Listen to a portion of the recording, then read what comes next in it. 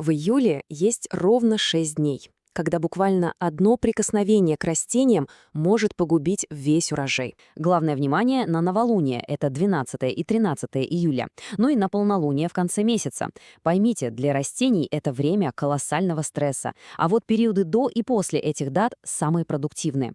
Фаза роста в начале месяца просто идеальна для зелени, а активная фаза во второй половине отлично подходит для ухода.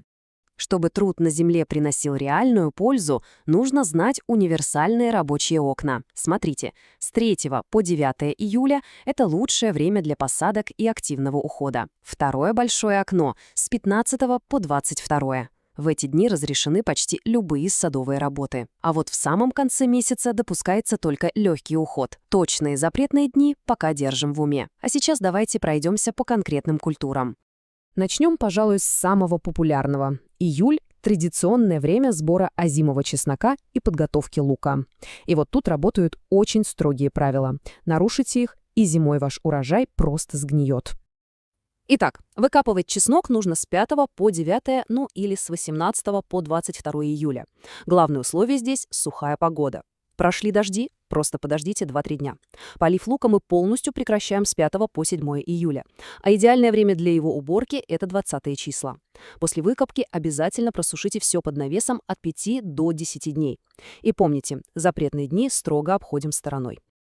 Идем дальше. Наша кормилица – картошка. В середине лета она требует особого внимания. Нам нужна профилактика болезней, ну и, конечно, своевременный сбор ранних сортов к столу. Картофель ужасно боится фитофторы, особенно в теплые и влажные дни. Поэтому обработки проводим строго с 3 по 7 и с 16 по 20 июля. Окучивание даст максимальный эффект в начале и середине месяца. А раннюю картошечку собираем с 6 по 9 и с 18 по 22. Главное правило тут неизменно. В неблагоприятные дни кусты мы вообще не тревожим. Теперь, что касается корнеплодов. Морковь и свекла в июле как раз активно наращивают массу. Им сейчас жизненно необходимый своевременный полив и хорошее питание. Тут все довольно просто. Прореживать грядки безопасно с 3 по 6 и с 15 по 18. Подкормки отлично усвоятся с 5 по 9 и с 17 по 22 июля. Поливать эффективнее всего в первую декаду месяца.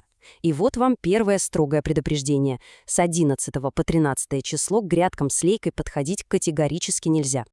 Переходим к культурам, которые всегда требуют нашего постоянного участия.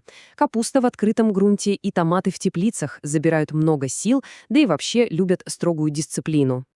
Чтобы кочаны капусты были плотными, ей нужно много питания. Вносим удобрения с 5 по 9 и во второй половине месяца. Томаты посынкуем с 4 по 8 и с 15 по 19. Ну а защита от фитофторы критически важна именно в начале месяца. Работайте в эти даты, и вы гарантированно убережете растения от стресса. Дальше у нас огурцы, кабачки и тыквы. Их всех объединяет любовь к теплу и обильной влаге. Эти плетистые ребята в середине лета плодоносят очень активно. Огурчики требуют частого сбора. Снимаем плоды каждый день-два. Особенно стараемся с 6 по 9 и с 18 по 22 июля. Подкармливать их лучше всего с 4 по 8 и с 16 по 20.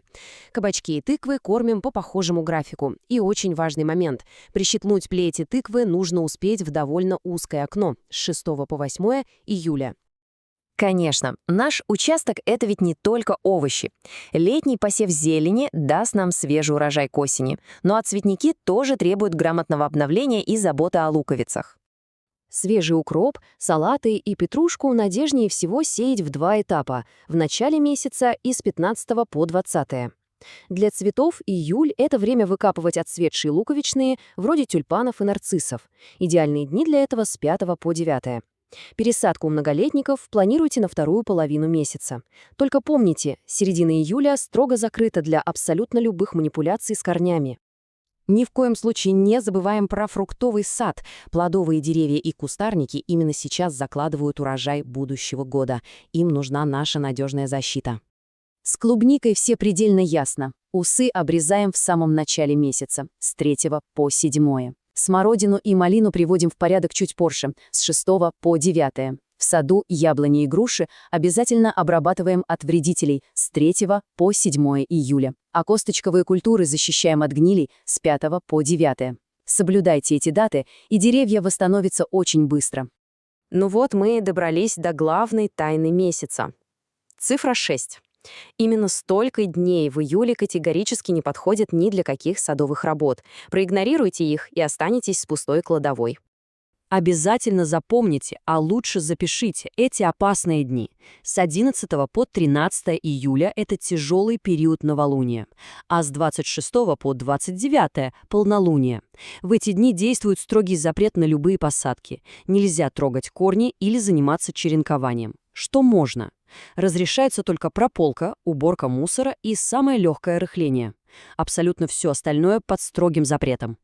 Вы спросите, зачем нужны такие строгости? Ответ на самом деле очень прост. Когда мы работаем в благоприятные дни, растениям помогает сама природа. Но если нарушать эти лунные правила и тревожить посадки в запрещенные фазы, можно потерять до 30% всего с трудом выращенного урожая. Это факт, который многократно проверен на практике. Помните, что знание — это главный инструмент любого опытного садовода.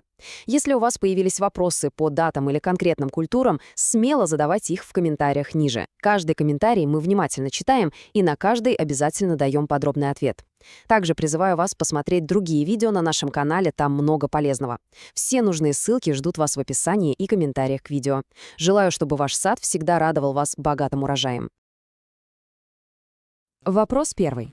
Когда новолуние в июле 2026 года? Вариант А – 5 июля, Б – 12 июля или В – 20 июля. А теперь правильный ответ. Вариант Б – 12 июля. Переходим ко второму вопросу. Когда полнолуние? А – 27 июля, Б – 18 июля, В – 30 июля. А теперь правильный ответ. Это вариант А – 27 июня. Вопрос третий. Какие дни самые неблагоприятные для посадок? А – с 3 по 7 июля, Б – с 15 по 20 июля, В – с 11 по 13 июля. А теперь правильный ответ. Вариант В – с 11 по 13 июля. Вопрос номер 4. Когда лучше всего выкапывать озимый чеснок? А – с 11 по 13 июля, Б – с 5 по 9 июля или В – с 26 по 29 июля. А теперь правильный ответ – вариант Б – с 5 по 9 июля. Вопрос 5. В какие дни лучше обрабатывать томаты от фитофторы?